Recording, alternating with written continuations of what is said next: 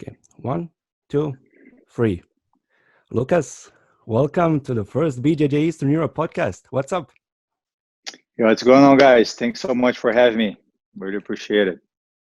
Having a busy day, or is it more of a relaxing one up until now? Yeah, so we have been solved some things that we're gonna do it for our reopening. Hmm. So the academy is gonna reopen very soon. So we're gonna see some things that's gonna keep us very busy. So, Plus, we're gonna have the class later on, but always something to do it. yeah, always something to do, always something new. So, as far as I've understood, your class had actually, you were under lockdown, right? You weren't able to operate, you weren't able to train. No. So we're going to be able to open the academy with some restrictions that we have to follow. Hmm. So on the second phase, that's going to be on the end of the month. So, and then, and then also we cannot be training full, full contact, but we're going to have like the solo drill, just like family class. And, it's going to be very restrict, but but soon I hopefully we can train full contact. But you see, like those solo drills being like enough for the progress of both you and other other parts of your basically BJJ Academy family. Is it like, are those solo drills gonna be enough for people to continue on progressing as much as they would like, or do you still believe that um, rolling and live drilling is just something that cannot be alleviated so easily? Yeah, solo drill is gonna help everybody to stay like in good shape. Keep your techniques very sharp. Um, of course, it's not like the full sparring, Hmm. but but it's something that they can get some advantage when we come back. They still in good shape, Hmm. and they still practice few techniques, very basics, but at least they're not at home, like boring. Like at least they're doing something. Hmm. That's our main goal. Plus, the family class, the partner class is gonna help everyone, like everybody that lives on the same house, they can go and train. Hmm. That's gonna give the opportunity for them to train as well. But so we're going to start like that and see how everything's going to go after that, how it's going to be the protocols, the guidelines that we need to follow Hmm. by the state and the county as well. How was it for you? I mean, were you able to do any sort of physical training or something like, something that would keep your conditioning at least up a notch? Yeah, so like I do my physical conditioning here. I have all the equipments on my garage that I can keep in good shape, but I'm not training, BJJ Hmm. at all. So for like 2.5 months that I'm not training, Yeah, I just like it here. that's like putting very crazy. But I have been teaching a virtual class to my students, Hmm. so every single day, actually from Monday to Saturday, kids and adults. So kind of like I still do some some techniques as well, but that helped me too. But I do more physical conditioning. I do like 1-2 times a day. So has the case been for you as it has been for so many others, that all of those nagging injuries are slowly disappearing during these 2.5 months, or was it like, nah, we're gonna stay here? Yeah, actually, I don't have like much injury. That is good. Actually, I don't have injury now. So that's good. Like I always try to train smart, try to keep my body very healthy. Hmm. So Oh, has that always been the case for you? Like you've never been seriously injured, or is it just something No, that's not lately? really. Hmm. No, it's not really. Sometimes, like of course I pull some muscle here there, but it's not very often. Hmm. So I never had any surgery. So I'm very, thanks God, I'm very healthy. So so I think the way that I train, the way that I care my body as well, so I think helped me a lot too. And what sort of an approach have you been taking? Does it have to do more with the, I don't know, is it like a combination, as I'm assuming, of, a baseline physical strength and conditioning training mixed with, not going too hard when you don't need to go too hard?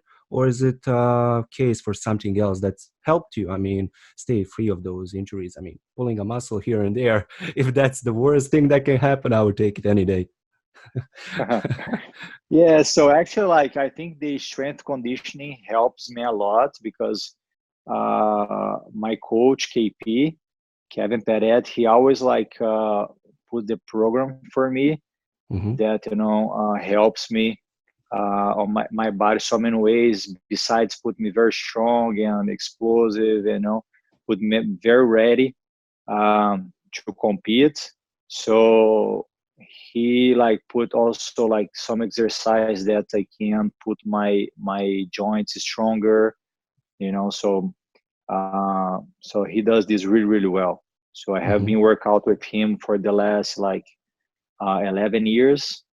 So he knows like the way like what I need to work. So and plus besides that, I think the way I train is smart. What that means, like I always respect the lever. It's not, Hmm. doesn't have any ego when I'm training. If I see that I cannot escape some positions, I go and tap and start over. Like my main goal to get the tournament, 100% Hmm. ready. And so that's like where I need to be 100%. So outside, like before tournaments is where like my academy is where I need to prepare myself. It's like a clinic, right? So I need to test what's gonna work, what's gonna not work, Hmm. so I have that type of mentality that's helped me on my entire journey. So that's like I think one of the reasons that I don't have much injury. Besides of course the strength conditioning program. So I think every like is it there is a lot of reasons. It's not just one reason. But yeah, but I mean, what you said about, testing things in the academy and not going full throttle is, I believe, the thing that many, at least beginner level, jiu-jitsu athletes kind of struggle around with. It's like, it's a matter of ego, I believe. You want to prove yourself in front of your coach, in front of your instructor actually, in front of your training partners, etc., etc. But it's like, it's not really sustainable, isn't it? Yeah, I think of course, nobody likes to go and tap. Like it's not this the case, because I think you're gonna do your best to this don't happen. When you're training, because if you start train, if you like this start, happen very often. If you're competing on the highest level, you're gonna think that you're not ready to Mm, go. Of course, but at the same time, you need to put yourself a lot of times in the position, the situations, or you're going to see yourself on the situations that so you need to, for example, you need to try new things. Like let's say you're training for somebody specific, or whatever. You need to do some specific training to see that you're gonna get out that position. Like you need to put yourself sometimes on the bad spot and see if you're gonna how you're gonna deal with, and see and practice new techniques that maybe you're trying to do, and maybe maybe your student, your attorney part is gonna tap you. So that's is something that can happen. So and then you have to be able to, if it's like get some joints, you have to be able to tap, don't resist them much, otherwise you can get hurt. and then you are not to be able to keep training, Mm. like right away. Maybe you have to stop a few days. So for this reason, I don't let this get like this. The submission doesn't get too far that I can pop the arm, pop knees. Mhm. That I stop me to stay away from the mats for a few days. Or But I mean, knowing when to tap in, of course, in training is that just a matter of like knowing your own body, a matter of experience basically, or is there some sort of a tip that you could share perhaps with our listeners, with our readers, so as to basically when would be a good opportunity to not try to escape that armbar but tap instead? Is that something that you just have to learn by yourself, or is there some sort of a rule of yeah, thumb? and you have to. I think takes time. Maybe like if you wanna try to escape the on board, and then you see that you cannot turn your hand. Mm, When you cannot turn your hand, you cannot escape. mm, If the guy holds your hand, hold your thumb over here, like that means that you're not able to rotate your arm. That means that you have to tap. mm. Because it's too tight. You're not able to rotate your arm. That you're going to be able to spin and maybe escape. Of course, like uh, you can learn on the good way or you can learn on the bad way. So uh, Most often it's I, th- gonna be a I, bad I way. think yeah. So I think experience counts a lot. Mhm. Of course, I'm not like I learned for all these years. So when I was younger, I used to like delay to tap, and then I got some injuries. Not bad injuries, but let's say when I was blue belt, purple belt, the guys got me on the toho, or and then I didn't tap because I have very flexible ankles, but and get to one point that it doesn't matter if you have flexible ankles or not. Yeah. So and then I got hurt, or on boards was too Mhm. late to tap, and you start learning with the experience that you have. It. So that might have been like one of your early on lessons, as you said, like white, blue, maybe even purple belt. What other, okay, like what were your beginnings like? There's not a lot of information about you, and especially your beginnings in jiu-jitsu out there. I know that you've been invested in a lot of other sports before like discovering jiu-jitsu. What drew you to jiu-jitsu in the end? And I mean, was it like the first time you saw the sport that you were like, okay, this is what I want to do, this is what I want to sacrifice all the other sports for? Or was it more of a like testing the waters, and perhaps like after a year or two you figured out this is it, this is what I want to be in? So when I have the first contact in jiu-jitsu, I was like 15 years old. Before jiu-jitsu, I was doing capoeira, Hmm. and so I didn't know like what jiu-jitsu was on that time. So and then a friend of mine started jiu-jitsu, and he invited me to go and watch, and then I say no, Why and no? then no, just because I was so involved doing capoeira, Hmm. So and I said no, I don't think I wanna go, and then maybe a month later, I don't know like how long after that, but and then I started to watch like a TV show in Brazil, and then Fernando Margarida was on the TV show.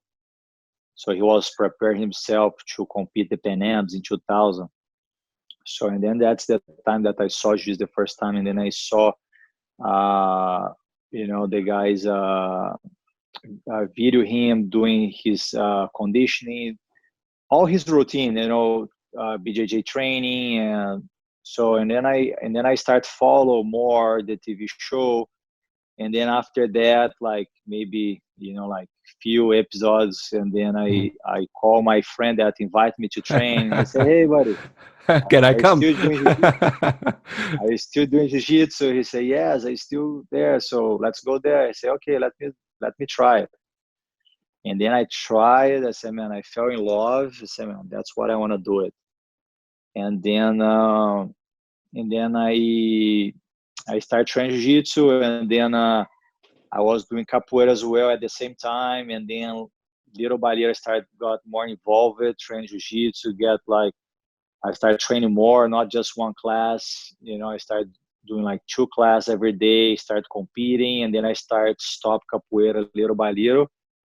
But until today I still practice a little bit, like just for like play around, because capoeira, is I like a lot. I like the music. I like, Mm. to play. I like to have some fun. I think help me on my, not just on my body, but my mind as well. So keep me in peace, you know. So and then so basically I started jiu-jitsu in 2000. Mm-hmm. So I have been training for like almost 20 years. Mm-hmm. Yeah. So So and then after that, I never stopped training. Until now that I have to stop for like 2.5 months for the first time so this has in been the 20 longest years. time that you had to make a pause, right? Yeah. Yeah. So you're basically saying that all the way from the first classes you figured out that you want to be competitive in the sport, or was it more of an No. amateur approach in the No, it beginning? was just, yeah, on the beginning was just to train. I didn't think about to compete, and then with 2 months, the team the team start like they're starting to prepare to compete. So and then my first teacher, Alan, he said, Lucas, he asked me, hey, Lucas, you're gonna have a competition, so you wanna go? And then I said, okay, why not? Let's try it, So and uh and then before that, I used to go, like I used to play soccer, I used to do like karate, swim, I used to compete Mm. all the other sports. So like I like that feeling, I like that adrenaline, I like to test myself in different sports. So and then I said, okay, let's go, why not? And then and then I compete, I took second place. Very good for the two So months of training. yeah, it was really good, man. It was a good experience. Like I did, I think 4 fights, and then I lost in the final by 2 points. And the kid that I lost, his teacher promoted him to blue belt right away on the podium. Mhm. And then the way back home, we rent a bus, a big bus, like it was pretty fun times. So and then my teacher sit to my side, and then start talk to me about, hey, look, like we're gonna have another tournament like this next month. Let's prepare. So I think you're doing well. So like your first tournament, you took second. So I say, okay, let's go. And then I started prepare myself, and yeah, I think things in my life start, happening natural. So then after that, I compete, and then with 4 months, I got my blue belt, and then after that, I won Brazilian Nationals, a blue belt, and started, little by little. My hometown Brazil is very far away from the big cities. Like for us to go to São Paulo by bus, I used to go by bus because flying on that time was very expensive. So right now it's not. Right now it's very affordable, but Yeah, you back can on the find cheaper tickets. is and 2000, like like the flights was very expensive, and then I used to have, and the guy that trained with us, he used to own like bus, has like a bus, like his company is like run the Or like business, like the tourist bus bus company or company bus, like traveling all over the oh, okay. country. So Okay. and then he used to help us, at the academy. Okay, if you wanna compete, I'm gonna give the tickets, and then you guys can go. Hmm. So and then we started to travel to São Paulo and Rio de Janeiro all the time to compete, and the big tournaments used to be on these two cities. Hmm. So and was pretty nice and tough times as well, but it was fun. So why tough? Is it because, I mean, of the stress related with the driving, with the competition, with the whole process, or was it just like something that you nostalgically look at and say, well, those were those sorts of times? Yeah, I think it's like it was tough because, as I said, it's very far away. Mm. To go by bus, plus my hometown. I used to study as well, So What I did you have to study? on that time, like when I was young, like when I was probably until my 17, I was like in high school, and then after that I went to university, and then I studied business. Hmm. But all the time, like have to, and then also like find sponsorship to travel, like all these things, you know, like like was hard. So Hmm. that was put like was a hard time to do things, especially like if especially my hometown was so far away from the big cities, so we have to always do extra. So that's why it's very tough. And conciliate everything, study and training. And then when I was brown belt, my teacher came back to Rio de Janeiro, so he came back to his hometown, and then I have to take over and start teaching full time. And then I was on the university, and so I A was lot of stuff. a lot of stuff was going on that time. And then I wasn't sure if I want to do jiu-jitsu for a living, and or I'm gonna work of something else. So it was like very uncertain times, so yeah, so that's why I'm saying like was tough. How did you make that decision to, start with jujitsu full time? How do you make the decision to actually make jujitsu your profession? So actually, like, when my my teacher, like my professor, he's like gave me the black belt. He's like, he said, Lucas, believe that you can do jiu-jitsu for a living. So but until that time I was studying, I was okay, I have plan A, plan B, plan C, I was like. And then I won my first black belt world title in 2007. So, and then I was studying as well. I was studying business, I was Mhm. uh I was in university, like doing my best to be able to train, to study, like it was really tough time as well. But I didn't on that time I didn't, how can I say, man? I didn't stop to study and say, okay, let me train full time because the World Championship is getting close, you Mm. know?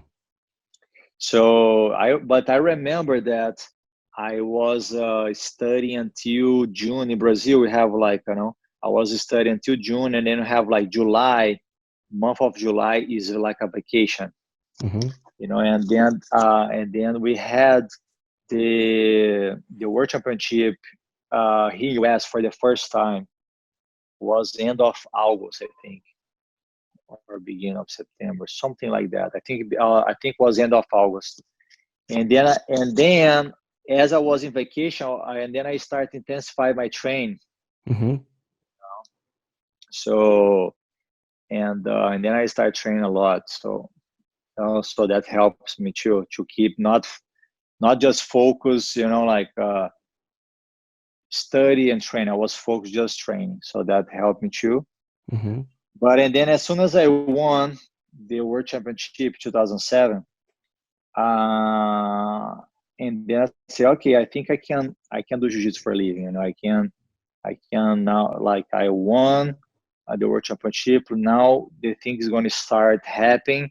So and then I start, have the super fights in Japan. I start have a DVDs, and then I start traveling to Europe as well to teach seminars, and then I have the invitation to move to US to teach full time here. So and then things start to happen, you know, and then I'll say, okay, I think I can do jiu-jitsu for a living now. I think that time I start believing that was able to do jiu-jitsu for a living. So basically, it was all connecting with each other, and one thing led to another. You mentioned Yeah. just now that I believe it was 2008 or 2009 that you went to the US, to New York, if I'm correct. Yes, yes. How was that? How was that transition for you? I mean, not just in terms of the country, but in terms of like the differences of training jiu-jitsu in the US and in Brazil.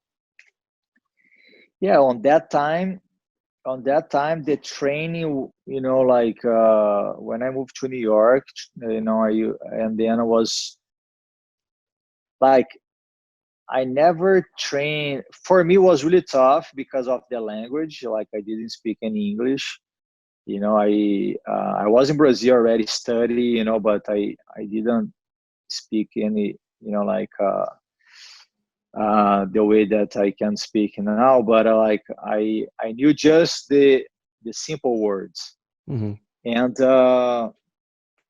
and that one like very difficult. And another time, like another difficult time too, is like uh, besides the language was just myself in New York. So I was missing all my family, it was pretty tough time too.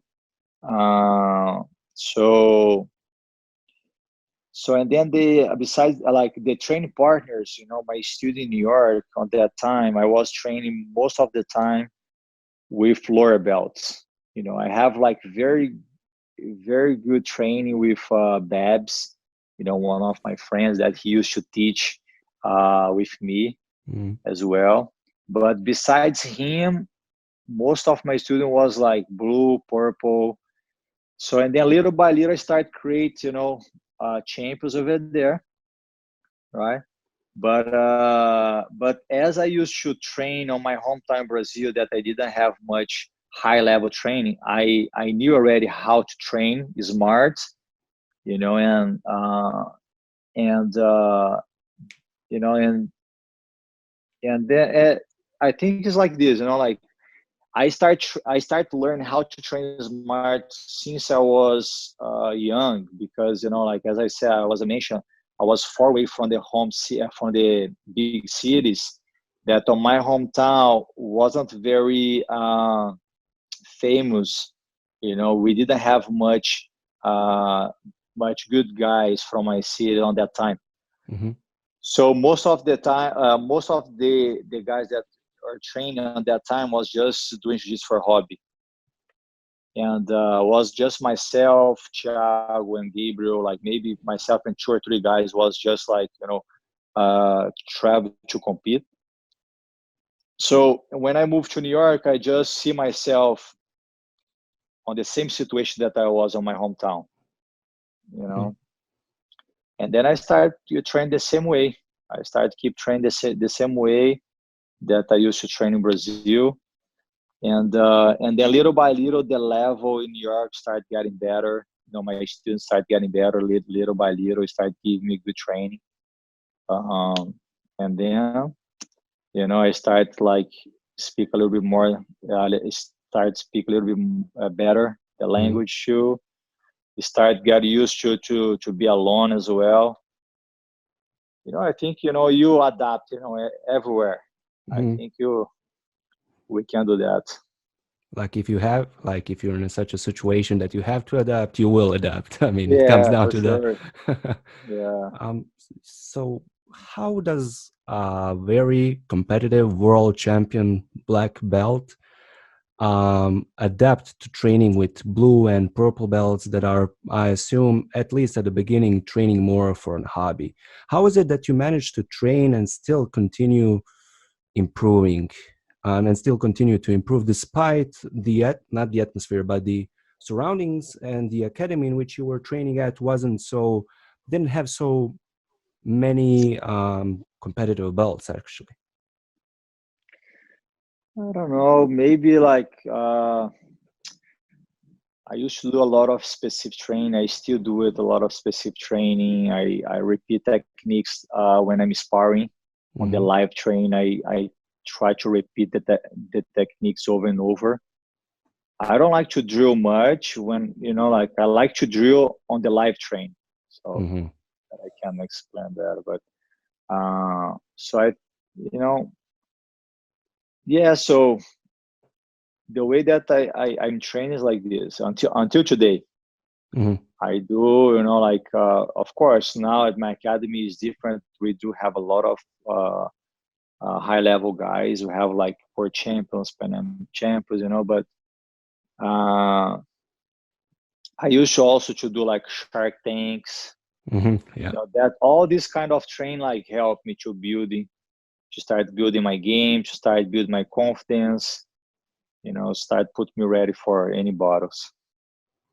And how, I mean, based on all those experiences that you had, from the beginnings in Brazil and then fast forward to the US and fast forward yet again today to you having your own academy since 2016, if I'm correct? 2014. 2014, okay.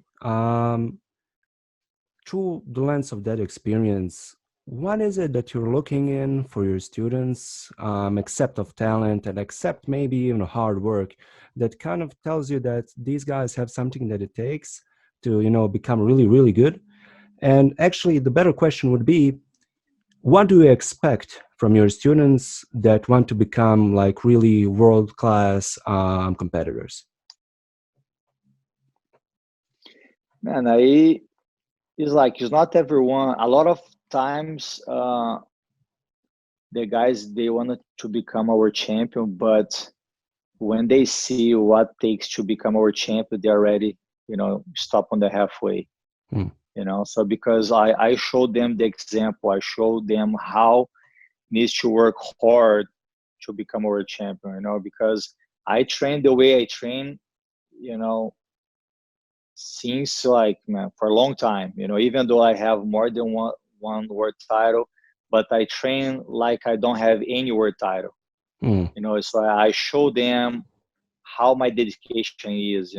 How need to have like the discipline and focus. A lot of things that they need to be inspired.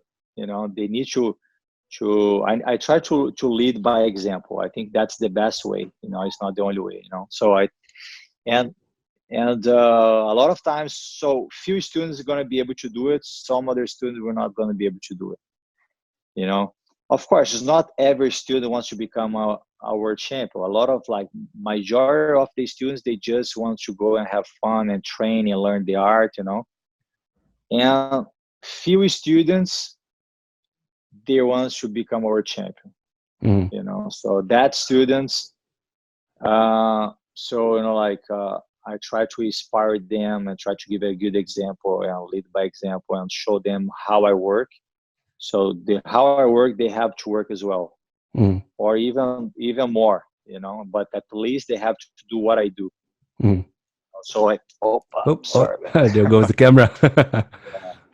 So I think is this way Yeah, just basically like because leading. Mhm. yeah, I think because like like the way that I work, works, like really well. I have been winning for the last 6 years, so and then like if they follow, if they like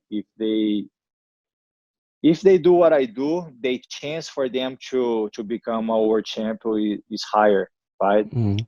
So of course that everybody's different. Like the things that work for me maybe it's not work for you, but at least the way that I train works for me, probably is going to work for others as well. Yeah, for more people than not. Yeah. Um, hmm. You are arguably like the best lightweight in jiu-jitsu and throughout the whole history. But as you said previously, you liked and you still like to put yourself in like bad positions. What's the worst position that you've had like in terms of jiu-jitsu? What's the thing that you found yourself progressing in the slowest? That's something that I'm really interested in know. It's Man, not gonna be guard passing. That's something that I'm certain. no, I'm sorry. Like I didn't Didn't understand. understand the Yeah. question. So Yeah. what's the thing that you think was what's one aspect of your jiu-jitsu game that throughout your career you found that you needed to work most on in order to progress in it? So what's the thing that you think was the worst thing inside your whole BJJ game? Man, I see, like I like to correct my game all the time, even though like I'm really like I think I'm good on passing, but always I try to fix it. Something is not for me is never enough, from passing, from bottom, from top, gi, no gi. I always try to adjust something. Um, if I see that is not, is not good, that I feel that I'm uncomfortable, Mm-hmm. I always try, even though like, sometimes, I work on some passings, even though like the pass works, but sometimes I see the mistake. My opponent didn't see the mistake on that time, but I was feeling if he react a little bit differently, probably I'm gonna miss that position. Mm-hmm. So that happened not just the pass, but sweeping as well or submission. As I said, gi no gi. You know, uh, so I think I always have been adjusting my game. Little by little, where I'm comfortable or not. So it's just been a matter of constant progress, right? Like Exactly. constantly I think picking yeah. out things that you see and feel that could be done better and just constantly improving them. Exactly. Exactly. Yeah. Yes. Gi or So no gi, both. is there, do you train gi and no gi equally, or do you tend more towards the gi? Yeah, I train more gi. I Mm. train no gi once a week, but probably I'm gonna like increase one more class on my schedule. I don't know yet, but I train no gi once a week and gi every day. Has that always been the case for you? I mean, always training in the gi more than the Yeah, no gi? Why? yeah, it's always man. I don't know, like I think it's like in Brazil at that time we used to train more gi. I grew up training more gi and love the gi. And then when I moved to America, and then I started doing more no gi. Mm. So I fought few tournaments. I start as soon as I moved to New York. So the guys invite me to compete Grappler's Quest. Hmm. So and then I didn't know like what heel hook was on that time. Okay, yeah. So what is that? And the guys show me, and then I say, okay, let me work on the escapes because I cannot like work much. Anyway, so and then I went to compete. The guys was giving some money, and then I was able to win. Mhm, And then I won, and I did like 3 fights. So and then I won, and then after that start the Pan Ams and Ogi Worlds, and then I start compete as well, and then I start, uh, and then I won as well. I start winning no gi, but even though I was trained like maybe 2 times no gi, most of the time was gi. mhm, Uh, so and yeah, so and then I start, was automatically, like the IBJJF start putting more no gi on the schedule, and then I start fight as well. But I start fight no gi when I was black belt already. mhm, So and then yeah, so but even though like I was saying, even though like I was competing no gi, I was training like most of the time gi. mhm, So I think like my game didn't change much. The transition was kind of like few things here and there, of course, you have to adjust it, but basically like do kind of the same game. mhm. And your game has always been, if I'm not mistaken, like a little bit more of a, what's the right terminology? Has your game always been um, a really simple one as it is today? Or was there a period in like throughout your journey that you were trying out more of the fancy stuff? Or has it, as I've said in the beginning, always been like, this works, this is simple, and this is what I'm gonna stick to? Yeah, I think the foundations, like I think is really important. I always try to apply, the knee cut, fold pass, wave pass. I always try to combine these games, back take. So with the knee cut and wave pass and smash pass, like I have been doing, So that's one of the reasons that most of my fights I finish from the back because of this type of game, you know. So I think when you're playing on top, you have to work like that. You cannot do like, you have to be very precise, right? You have to apply a few things that work. When you're on play guard, maybe you have more different things to do it. You Mm-hmm. can do like a beating bull, you can do other things. It'll be different, like but I never like I apply beating ball one time. I do when I'm training, Hmm. but I don't do it on tournament. I just did one time, Was it a you know. successful one? So was successful one. Yeah, Yeah. worked well. Yeah. But I think it's like I know the games, but the confidence to play, because some things your opponent, something that you can try to do it, your opponent can counter. Can for the beating ball, if the guy is good, the guys can counter on you. If you put the guy on the 50-50, maybe the guy can catch you. Like I don't I don't like the game that so your opponent can, not that I don't like it. I don't feel comfortable that the games that your opponent has a chance to counter. So that's why sometimes I avoid the games that I have the chance. I give the chance to my opponent counter on me. Hmm. So that's no, I play a lot of like sit up guard, X guard, one leg X, and sweep overhead. So I do other stuff, that I feel that my opponent cannot counter much. He doesn't have much, like I didn't give much chance for him to counter. So yeah, so that's the reason. But I study and understand all kind of games, and I play at the academy as well. Yeah, of course. But I mean, as you said previously, like you have tried the berimbolo once, you have been doing, playing the X guard and single leg, so to speak, game. But it's, how would I say, all of those games are, as you said, bottom games. And as far as I've understood, what you were trying to say is like if you're playing the top game, um, perhaps your advice would be not to become too risky about it, but just kind of find the things that work for you. Whereas on the bottom game, you can be a little bit more of an experimental sort of a player. Yeah, so so you have to see who you're fighting with. I think that is important as well.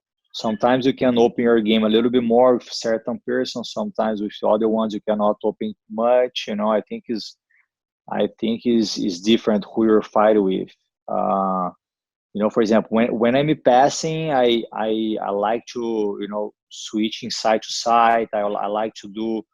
I like, besides I'm very tight and put a lot of pressure, but I release a lot of pressure too. Sorry. Hmm. I release a lot of pressure for me to put the pressure again. I kind of and switch side to side. I kind of try to force, the passing. At the same time, I try to force my opponent to mistake as well. Hmm. So yeah. So also like on top, I don't like to mistake much because I don't like to have my opponent underneath me. I try to keep myself very low, and because high levels, man, less you mistake is better. So one mistake can cost you the fight. And so, like, I believe there's a saying, and I'm probably gonna butcher it, but it's like, the difference between the black belt and, for example, the brown belt is that simply the black belts make lesser and lesser mistakes, Yeah, whereas the brown ones make more, right? yeah, for sure. So basically, we're approaching that.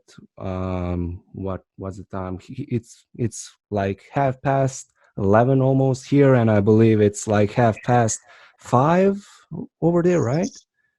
Yeah, it's 5:20. Yeah, I know that you have like a class coming up, so we're gonna wrap this up. Before we end, do you have any sort of an advice for example, somebody from white to purple belt that you'd like to share? like some sort of a either a general or a really specific sort of advice? I think it's important for them to enjoy the journey. There is a lot of times, especially on the blue belt, they got a little bit discouraged because they still, find their games.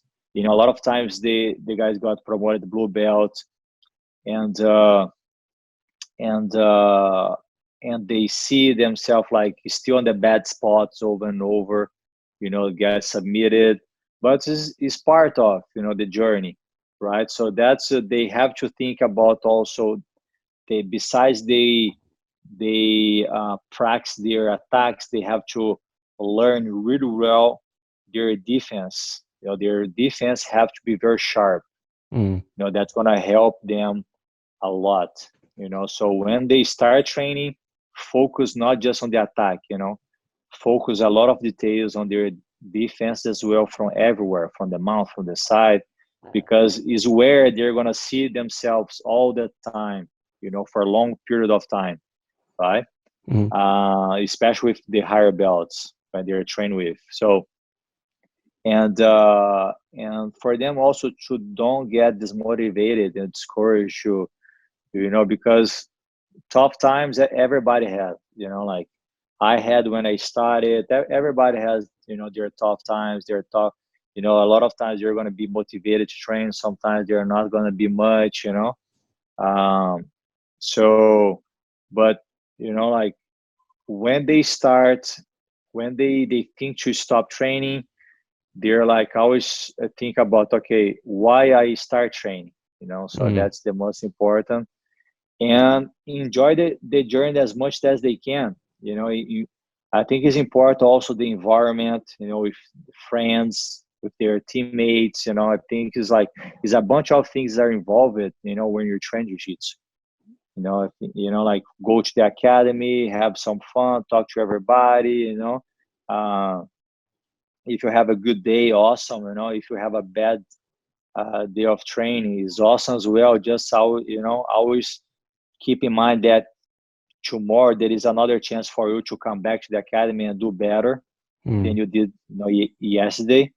Always think ahead.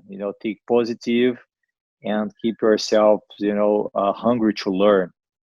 Every time, and be also, be complete as well. Train gi, train no gi, test yourself, all the time. I think is really important, to be complete as well. So it's basically like some sort of a mix of, continuously wanting to learn more, but also being appreciative of all those other things that aren't, nested in the techniques themselves, but more in the atmosphere, the friends and the instructors and the overall atmosphere in the class. Yeah, for sure. And have, like, of course, a good leader, a good professor that you can trust, that you can be inspired as well. As a person, as a professor, I think it's really, really important to have a good guidance as well. Yeah, basically someone you can trust also. Yes, Okay, Lucas, that would be pretty much it. I thank you very much for you taking a portion of your time to be on our first episode of the BJJE podcast. I wish you much luck in the opening up of the state of the county, and going through all of the upcoming phases, and that the part of the classes where the actual rolling takes part comes as soon as possible. yeah. Thank you very much for having me. It was a pleasure to be here with you all. Like, I hope you guys enjoy it. Okay. And yeah, so I can't wait to be back on the mats as well, with my team, with my students, and have that nice environment. I miss a lot everyone. And wish all the best to all the owners, around the world, the Owners Academy. I know like what we're passing right now, not just the BJJ owners, but a lot of small business as well are passing like with, a hard time now with this crisis. But like they need to to think positive, to think positive. I know that this hard time is gonna pass very soon, even though that's not passing very soon, but they need to be strong. And I always believe that we're gonna be back to normal routine and normal life very soon, right? Was Thanks, man. I really appreciate it, and I hope thank to talk to you of next time. course. Thank you. Appreciate it.